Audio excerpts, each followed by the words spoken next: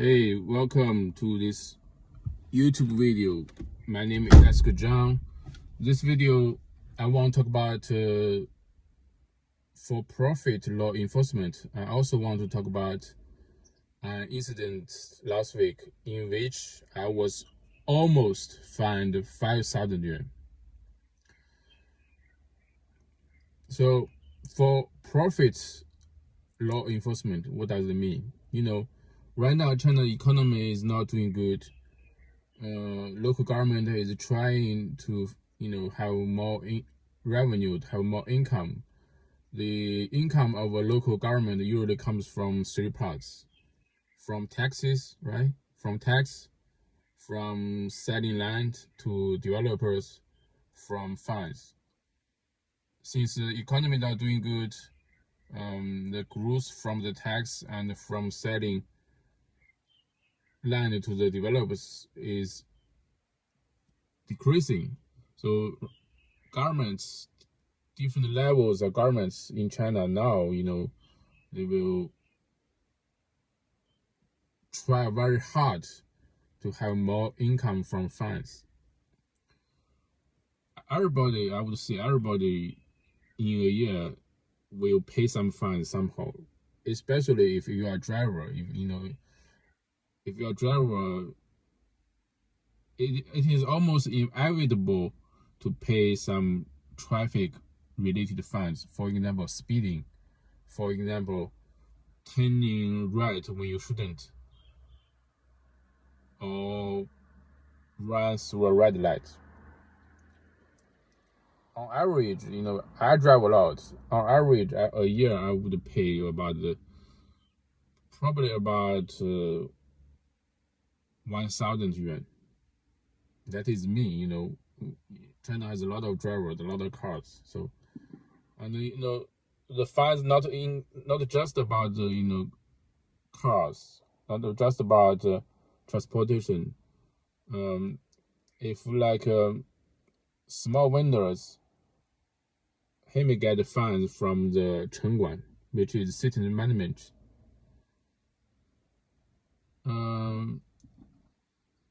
A businessman, he may get fines. A factory may get fines from maybe polluting the air, maybe for discharging wastewater.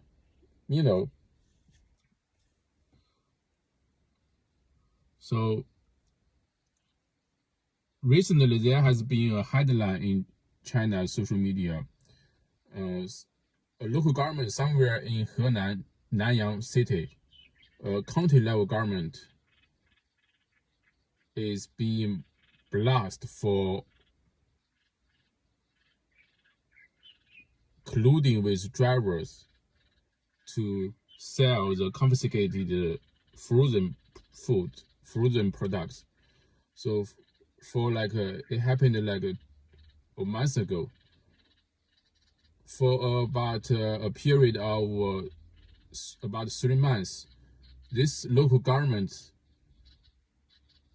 confiscated millions frozen foods, frozen products, like frozen feet, frozen pig feet, frozen beef offal, stuff like worth of several million yuan.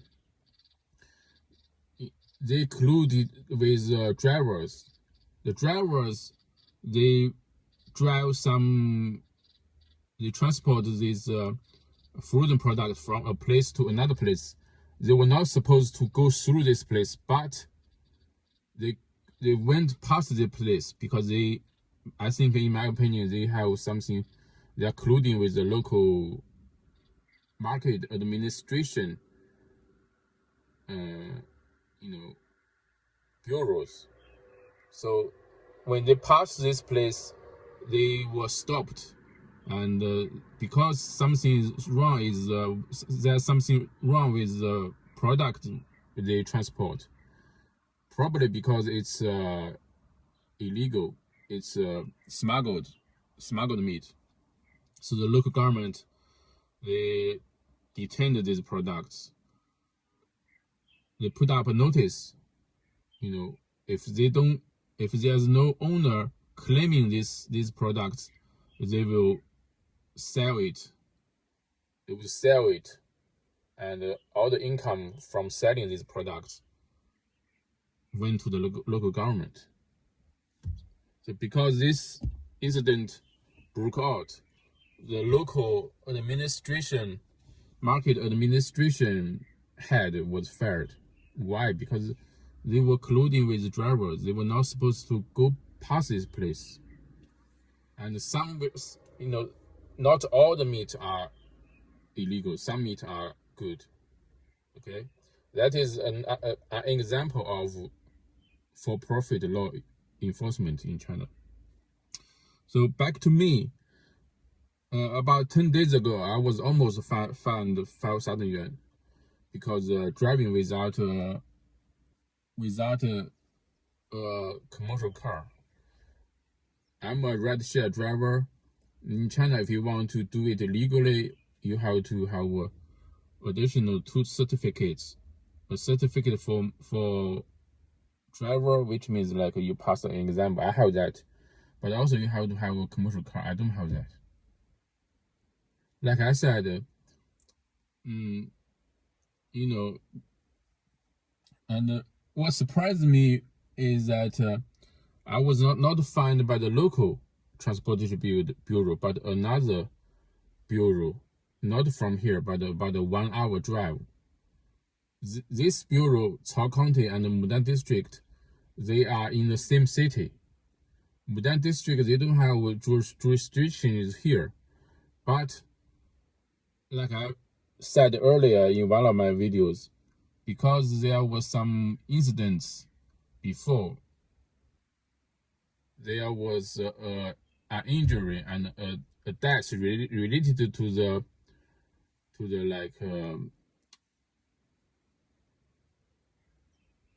catching, stopping illegal drivers before. So after these incidents, our local transport bureau basically stopped looking for illegal cars. But there were illegal cars. In my opinion, maybe like 30%, 40% illegal drivers, illegal rideshare drivers that don't have a commercial car. So our local transportation didn't stop to, finding people like us. But another district, they have this paper. It said, according to the city arrangement, they are allowed to do the law enforcement here. They have this paper. They are not always here.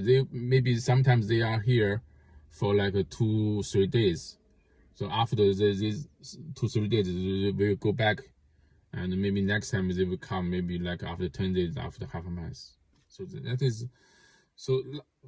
Maybe on 16th June, I was caught when I was dropping the car, when the passengers just left the car. I didn't know where he come from. A guy with a uniform swooped to this side of the door and got in.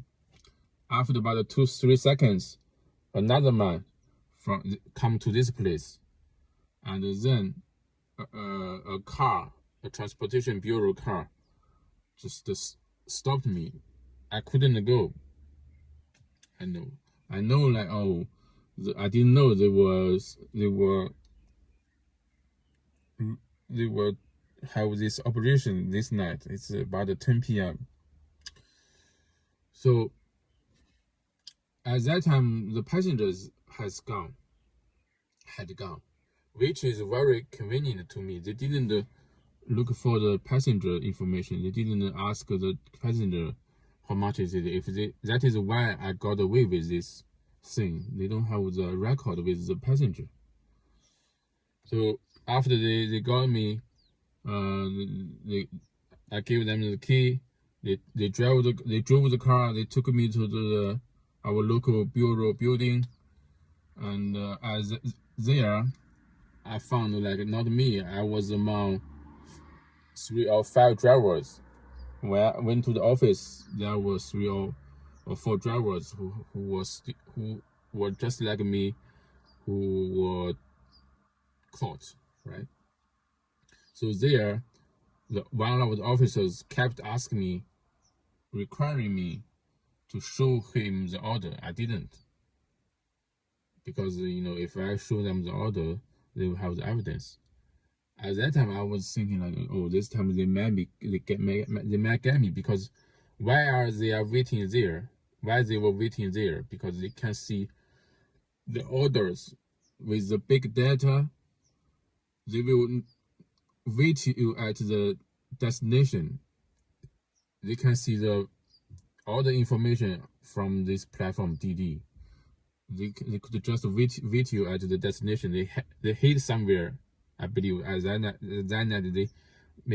that guy hid behind a tree, hid behind a bush, because just when the passenger left the car, he swooped in. He was waiting for me. So I didn't give him the order at that night. I was there maybe about 20 minutes, because I insisted on not giving them the order. They let me go, but they kept my car. The next day, they called me, "Oh, you should come here to, you know, to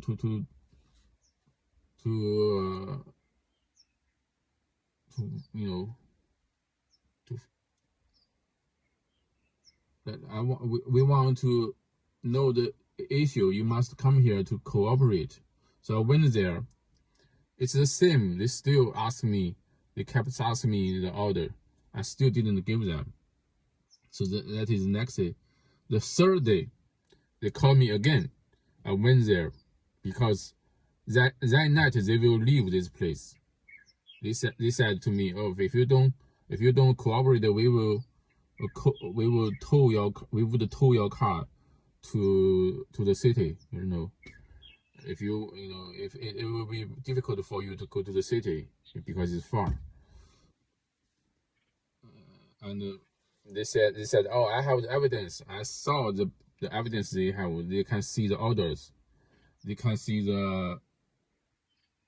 on that day how many orders I completed. What is the price?" But the key evidence is that they don't have the passenger's record. If they if they stop the passenger, if they stopped her and ask her the destination, the price, that would be perfect. I wouldn't have a chance to win the case, but they didn't. They thought I was just maybe like as ignorant about the law as other drivers, but no. I was there like maybe as that afternoon. I was there maybe like 7-8 hours. At that time, it wasn't just my case. I have 3-4 people also dealing with their cases. All these people, they got fined. I remember the one guy was fined 7,000 yuan, because it's the third time he was caught in a year. The rule here is, if you are caught for the first time, it's 3,000 yuan. The second time, 5,000 yuan in a year. The third time, 7,000 yuan. Next, 7,000 yuan, I think. I was caught the first time, but because they said that I wasn't cooperative, they gave me they said, "Oh, we would give you 5,000 yuan fine because you are not cooperating."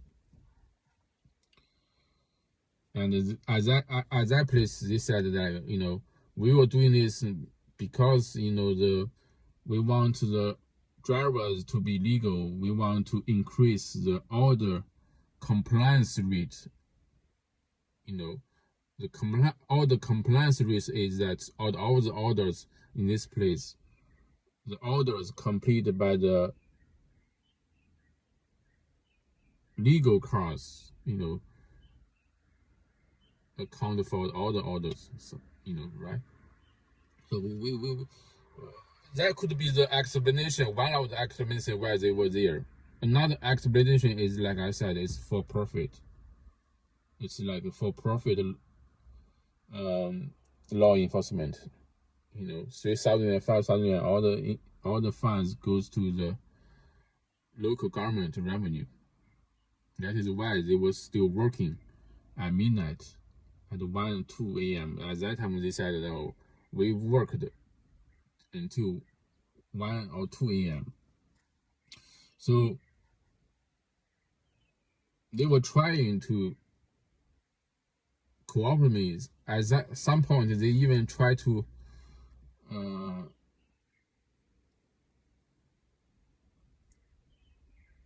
let me do afterwards on the site record,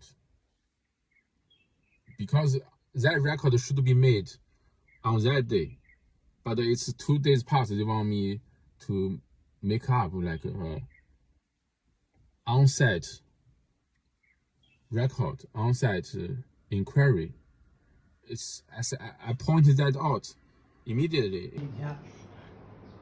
你时间不对，为啥让人签？ It's illegal. You should do it on the day I was called. If you shouldn't do that 2 days later, they said, this doesn't work. So this didn't work. They want to try another approach. They try to like interview like what was doing, because I see what they are doing, so I wasn't very cooperative. So finally they said, I was the last case. After that case, they left this place. I was the last one, to have his case finished on that day. So it lasted until like 7 or 8 p.m. Finally, they didn't have other approach. So they said, we will sue you in law, which I don't think is possible. They just try to scare me. They want to have the face, because after so much effort, they didn't break through. So because they were leaving this place, so finally they gave me the car key and let me go. That was 10 days ago. So yesterday, I also got an order from the local transportation bureau to a residential area. So the passenger called me. He said, "Oh, you shouldn't drive now because I was caught. The city transportation bureau, they were here again. You must stop taking orders." So I think he is a driver. He was caught because he didn't have a car at that time. He wanted to go home. So from this place, from this transportation bureau to his 小区, his residence, right? So I went to, so I at that time I didn't really believe what he said, but I want to confirm. So I went to this transportation bureau. I saw on the third floor, on the far right place, the light was on. That place was where I went to last time. So, it is true. It's about 12 p.m. It's very late. I see the gate was open. I see the light on the first floor was on. I see the light on that office was on. So they were doing it again. So I didn't take orders. I stopped taking orders. I went to a pitch and played football for about 1 hour. After about 1 hour, I went back to this place. I saw the lights were out. I saw the gate was closed. So they were leaving. They had left. It's okay to take orders. It's like a cat and mouse game. Some people may say, ask her, why are you not abiding by the law? Why are you not following the law? The issue is that if you want to do it legally, you have to rent a car, right? The cost of renting a car is like 100 yuan. The electricity cost is about 20-30 yuan. So, but for every hour, you may only earn like 12 yuan, 20 yuan. If you drive 8 hours, you don't earn nothing. If you want to do it legally, you have to do it 10 hours, 12 hours a day, every day. They don't care. This transportation bureau officers, they don't care. They don't care if we don't make money, if we do it legally. They just, execute the law. They just want to find me. That's it. Everybody, do your math. Do what is the best for you. Maybe like driving, maybe is not the best option. Maybe maybe delivery. Maybe I'm not totally dependent on driving. I have some other gigs like making videos, like teaching English. If you have like driving, rideshare driver, or like food delivery, is like a low barrier gig. I cannot say the job because everybody can do it. If everybody can do it, it's very hard to make money. All right, that is what I have to say for the video. It's getting dark. Thanks for watching. See you next time.